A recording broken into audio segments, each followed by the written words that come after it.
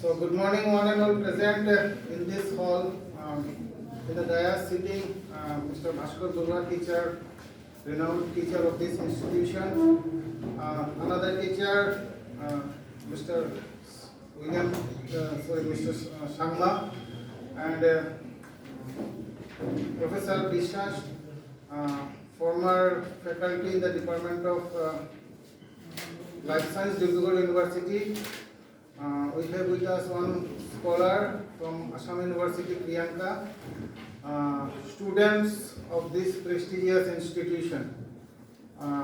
It's nice to have some thought, to share some thought with you. As I have come to know that you belong to class, after crossing 10 level you are in 11 and some maybe from the 12th standard. So I have thought to discuss with you some of the biodiversity related matters. Most of these are related to animal biodiversity, and plant diversity you will hardly figure here.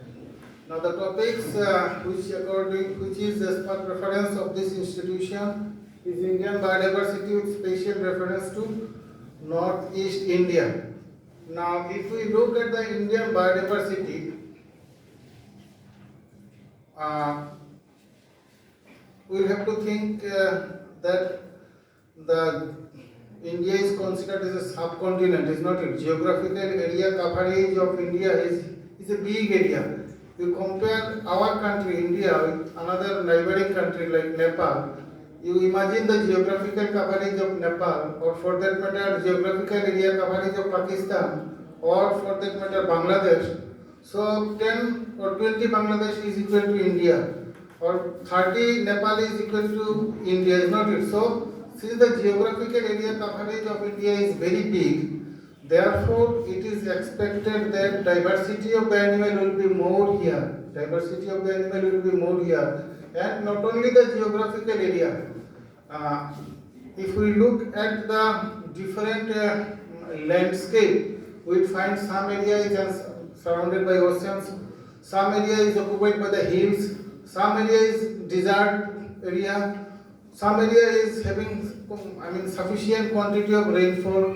So variety of weather conditions prevail so far as the Indian territory is concerned. And since variety of weather conditions prevail, the different growth of vegetation is also different, and as we know that the growth of vegetation is different, therefore different types of animals are found. You will find, if you go to Rajasthan, you will find one type of animal. If you come to our Northeast India, you will find another type of animal. If you go to southern side, you will find another type of animal, and if you go to the Kashmir side, then you will find another set of animals. So this is unique so far as the geographical province of India is concerned. This is a map of India which shows the different the different areas and which are characteristics of the Indian province. Now, if we speak ecologically and biogeographically, we have, as I have said you, we have desert on the western side of India. We have maximum rainfall area which is in the eastern side of India, that is our northeast. We have hottest plains on the earth, on the western side, and we have permanently snowbound areas of Himalaya. You look at the eastern and the northern side of India, entire from the north up to the east, from Kashmir side up to India, Arunachal Pradesh, the entire top area is covered with Himalaya. Now, these are the advantageous conditions so far as the Indian province is concerned. And since as I have said you, since variety of ecological situation exists, therefore variety of animals which are found in rare parts of the world, all those animals are found in our Indian province. We have hot desert forms like the wilderness, which is common in our country. We have cold desert forms like the Tibetan antelope, which is also found in our country. Animals of the open scrubland like the blackbuck, Salman Khan, you know, Salman Khan is attached, his name is attached to black cap killing. Then we have grassy swamp animals like our Kaziranga rhino. We have animals of deciduous forest like the goat. I will show you the photographs. Tropical rainforest animals like the lion-tailed monkey. So these variety of animals are congregated within the Indian province. Now you will study, whenever you go to the higher classes, you will find that Alfred Russel Wallace, you have perhaps come to know, he was a reputed geographist long back, and he has given classification of the entire world into six geographical regions, six geographical realms. And accordingly we have these Ethiopian, then Palearctic, then your Chinese sub-region, Oriental sub-region, etc. So these are the different sub-regions of the world based on the landscape, based on the plants present, based on the animals present. Now what I like to show or tell you in this slide is that the animals which are found in the Ethiopian region, they are also available in India. Which are found in the Palearctic region, they are also available in India. Which are found in the Chinese region, they are available in our India. Indo-Malayan sub-region, animals are also found in our India, and definitely the Indian animals are present here. Now, if you can give me a piece of chalk or like that.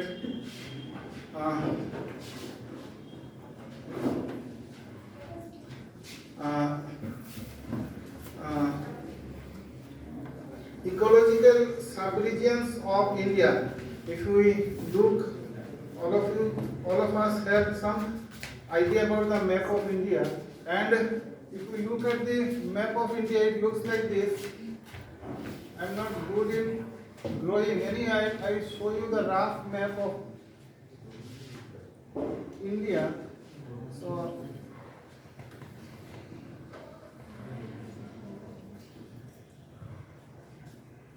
this is roughly the map of India. Now what is there?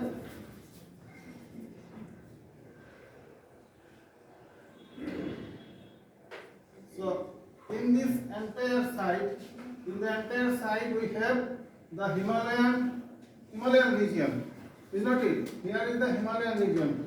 Now this Himalayan region is divided into Himalayan mountain system. This entire is Himalayan mountain system, and the Himalayan mountain system is divided into three zones. One is west zone, West Himalayan region. One is high altitude regions of West Himalaya. Second is Eastern Himalayan subzone.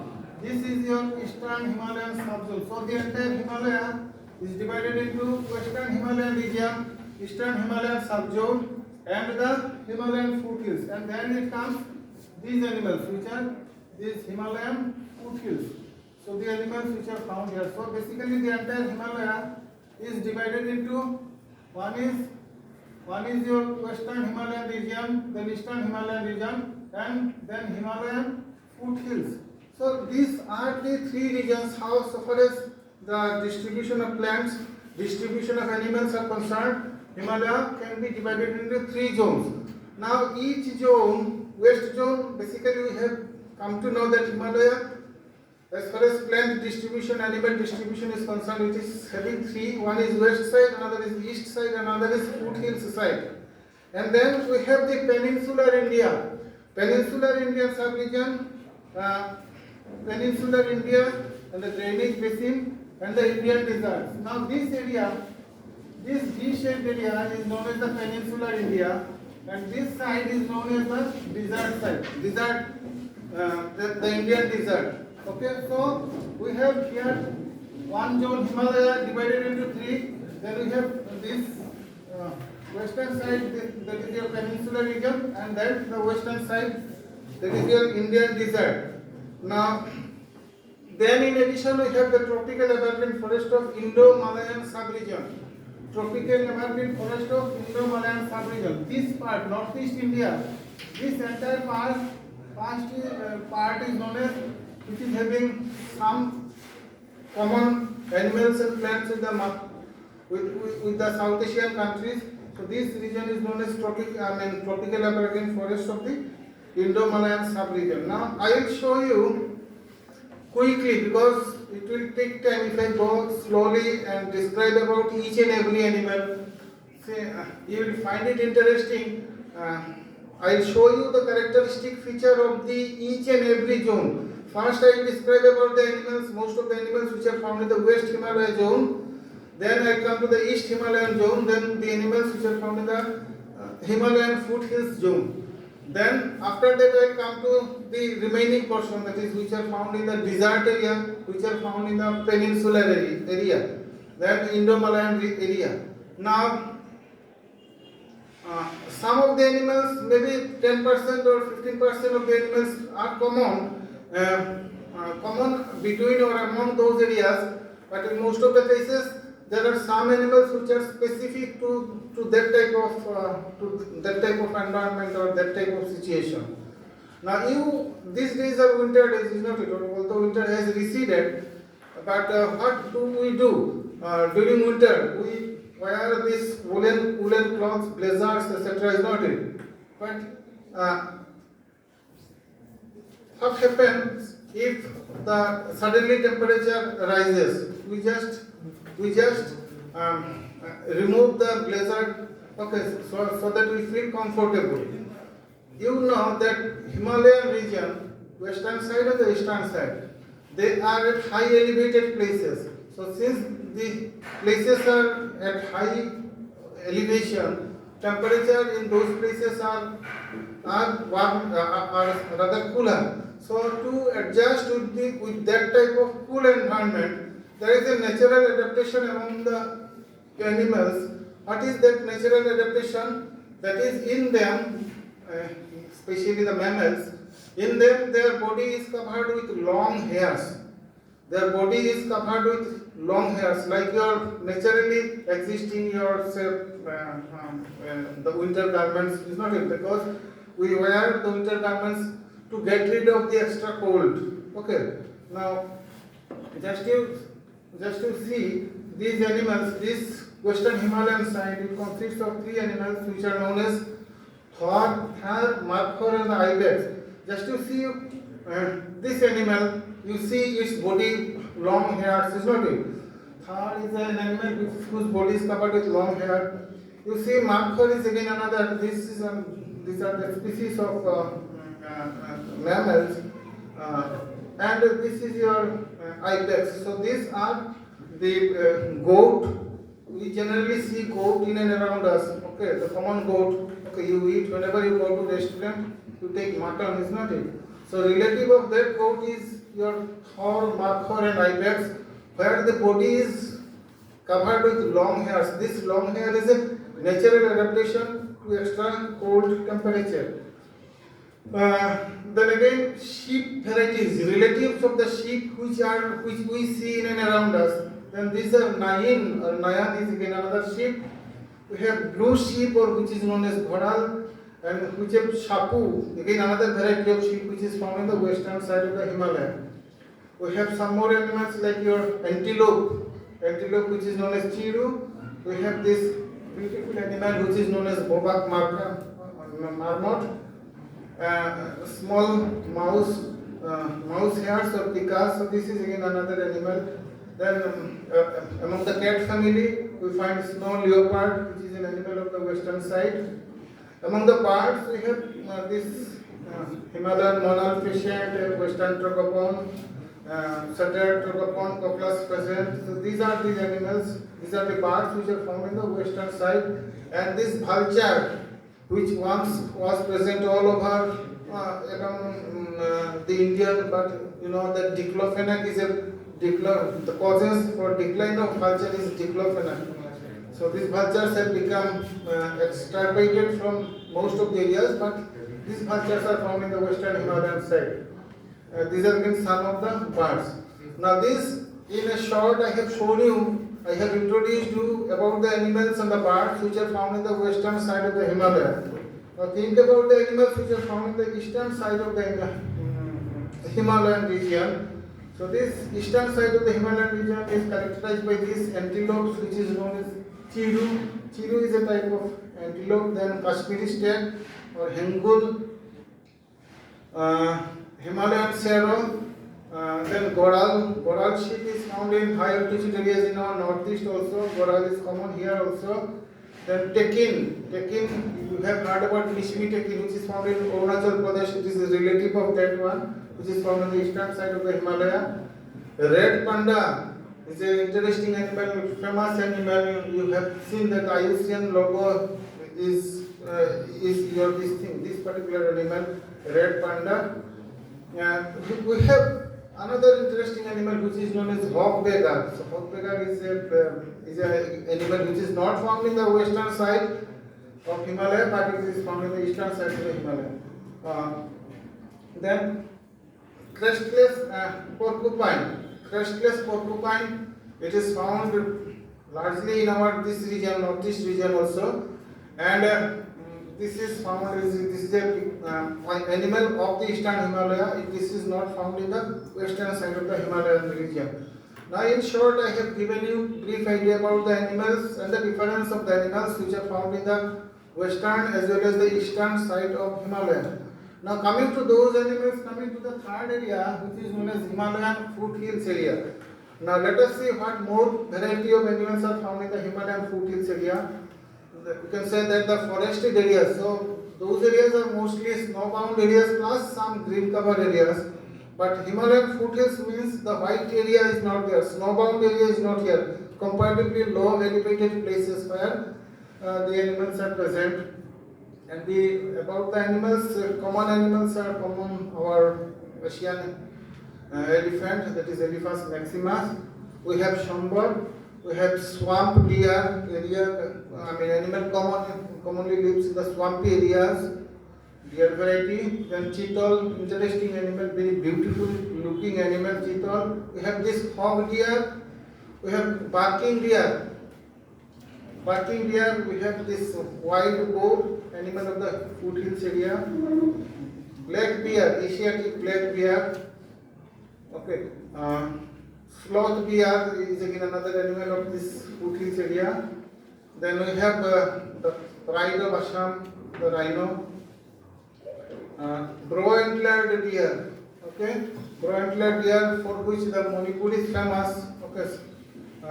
Sarvas LDLD, the scientific name. It is also known as dancing deer. We have Gangetic ghorial. Although its population reduced just yesterday or day before yesterday, it came in the newspaper that one has been found in Kaziranga area.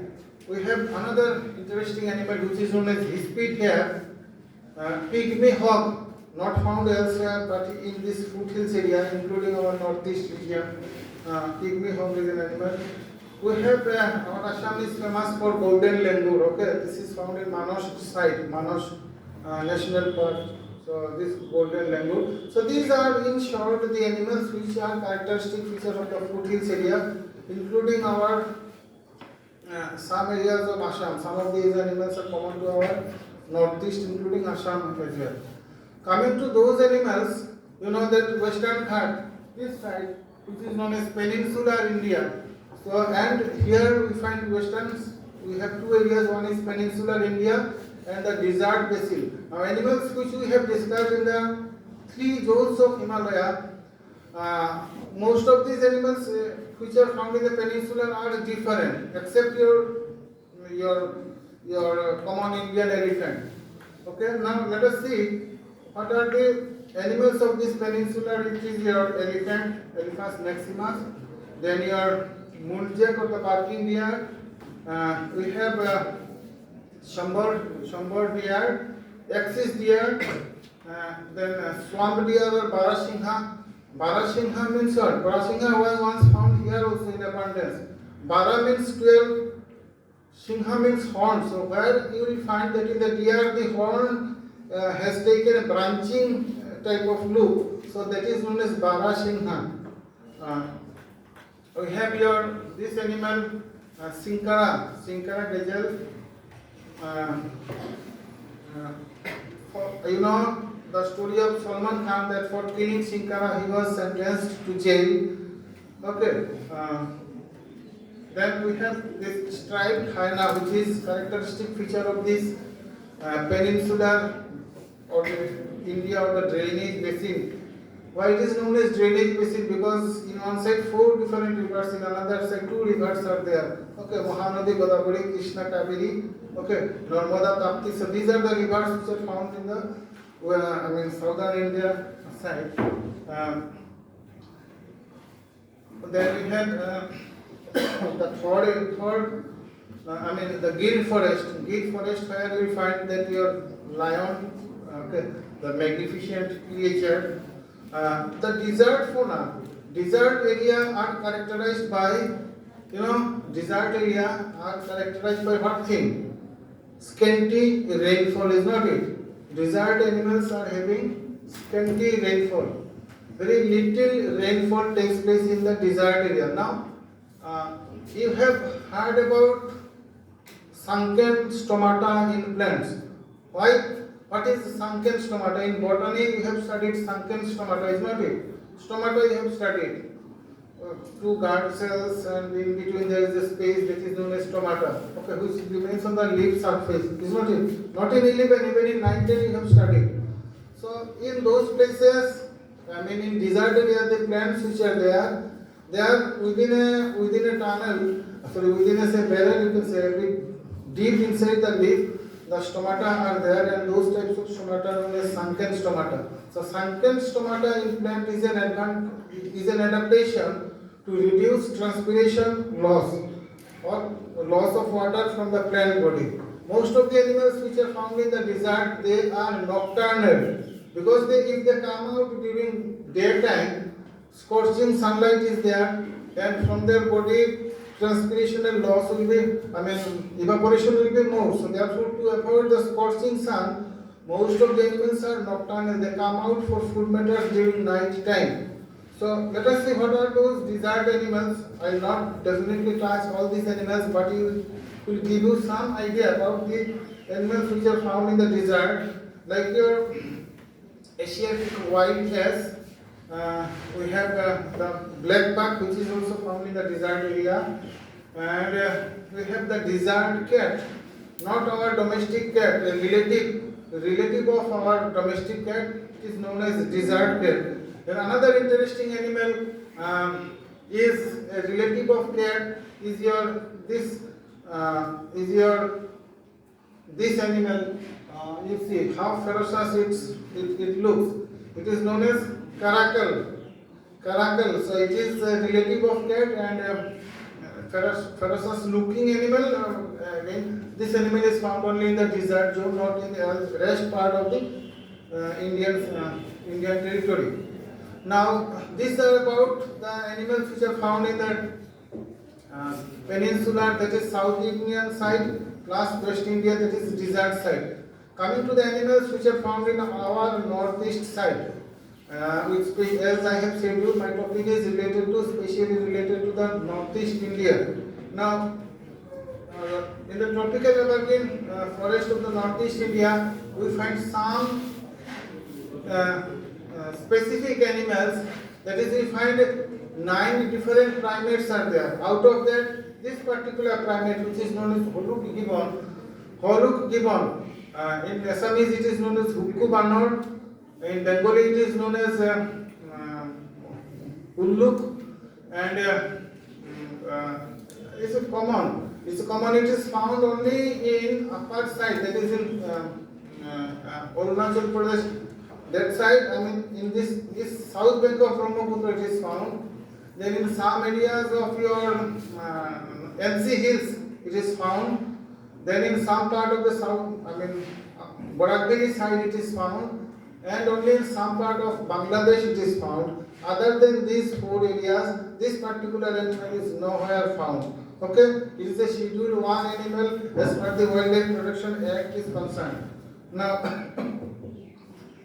then we have golden langur, which is found, as I have said you, which is found in the Manas side and some part of that side of Assam, western side of Assam, north bank of Brahmaputra, it is found. Now, We have this giant squirrel. We have this giant squirrel. We have the civet cat, which is more or less common everywhere. Everywhere. Then we have slow loris. In Assamese, it is known as Lajuki Bandor. In Bengali, it is known as Lojjapati Bandor. And it is one of the oldest member of the primate series. We find 9 different primates in our northeast India. Among them, speaking from the evolutionary point of view, this is the first group of primates that evolved on this planet Earth about 65,000 years ago. So, then coming to some direct observations which we have observed in different parts of our northeast, that is the Boreal range, we have seen this gliding lizard. Gliding lizard, it lives on the trees and it camouflages with the tree surface so that separately it is very difficult to observe. Okay, Draco maculatus is its name. Then coming next animal is again another interesting. It is your insect. There is no painting, no drawing.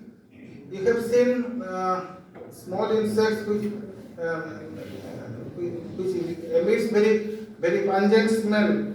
Okay, so this type of bug is known as stink bug, and this particular animal, not in large number but on rare occasions, these animals are found. Its name is on its back. It is a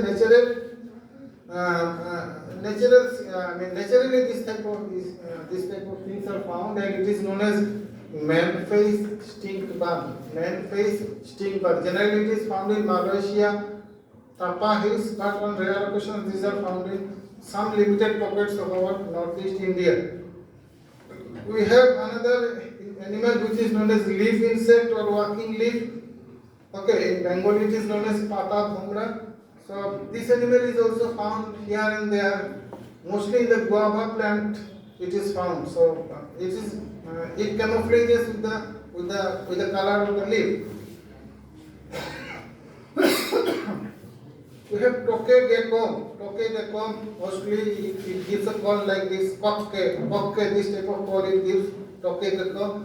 It is again another important animal, and it is a subject of poaching. Most of the illegal hunters, they go into the interior places and they kill, and these things are exported via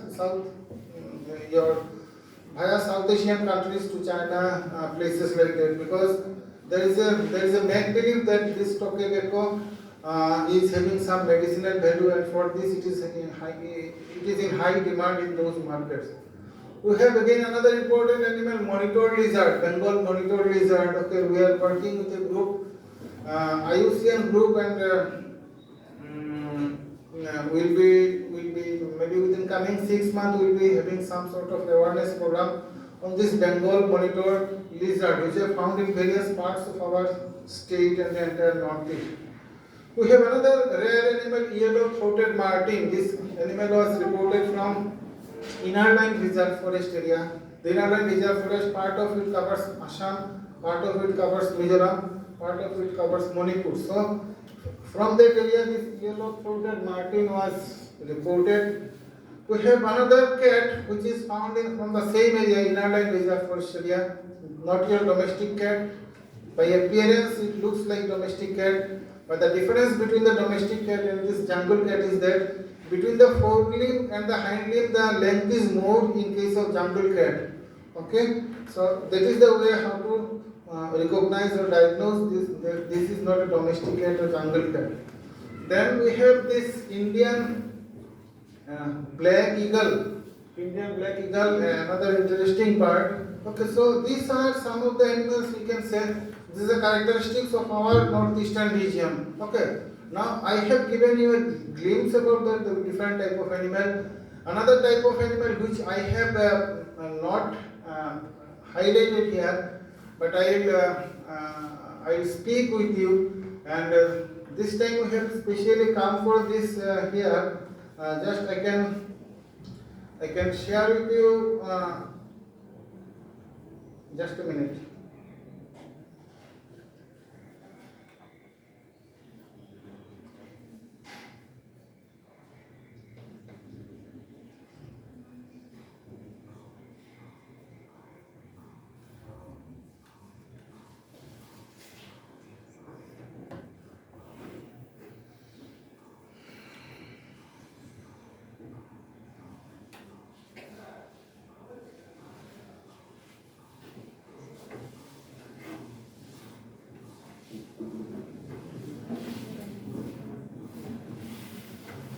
Can you see any animal here?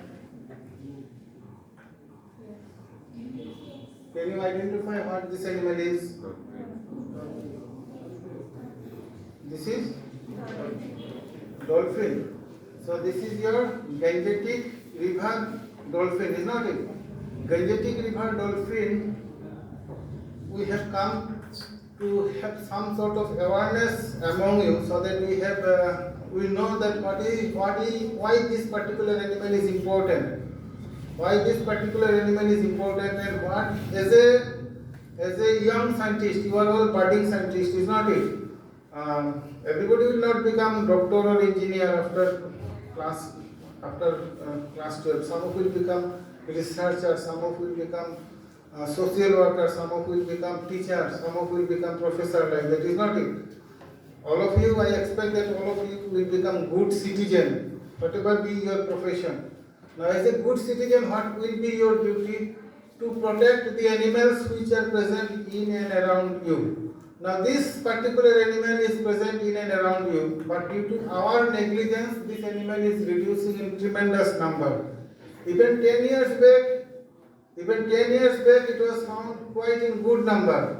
But people again, they have this, they who believe on this your black magic. They think that its oil is used for treatment, rheumatic arthritis, like that of thing, and for that matter, illegally it is killed in many places. The second reason for its decline is habitat degradation, excessive fishing. So these are the things because of which, from our Brahmaputra, its population has declined. All over the world,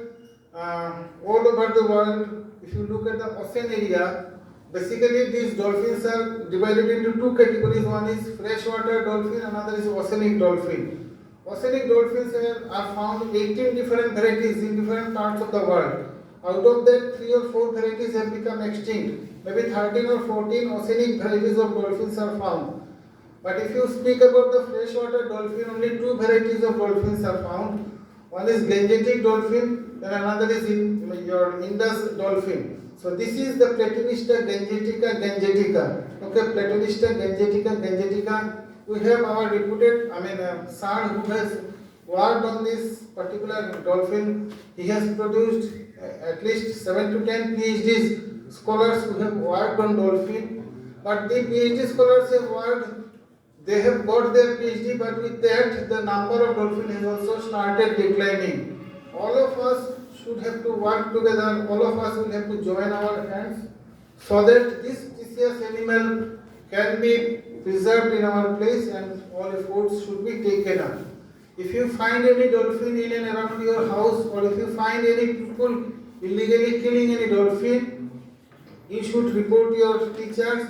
They will contact us, and immediately we will take up the matter with the district administration or civil administration. With that, without wasting further time, I like to conclude. If you have anything to ask, I will be happy to answer all your queries. Thank you all.